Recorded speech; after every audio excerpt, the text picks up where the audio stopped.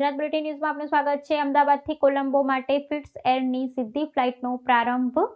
ગુજરાત અને શ્રીલંકા વચ્ચે હવાઈ જોડાણ મજબૂત બન્યું। અમદાવાદના સરદાર વલ્લભભાઈ પટેલ આંતરરાષ્ટ્રીય એરપોર્ટ પરથી શ્રીલંકાની ફિટ્સ એરલાઇનની અમદાવાદ કોલંબો સીધી ફ્લાઇટ સેવાનો આજે ભવ્ય પ્રારંભ કરવામાં આવ્યો। આ નવી હવાઈ સેવા ભારત અને શ્રીલંકા વચ્ચેના હવાઈ જોડાણને વધુ મજબૂત બનાવશે તેમજ પ્રવાસન, વેપાર અને સાંસ્કૃતિક સંબંધોને નવી દિશા આપશે।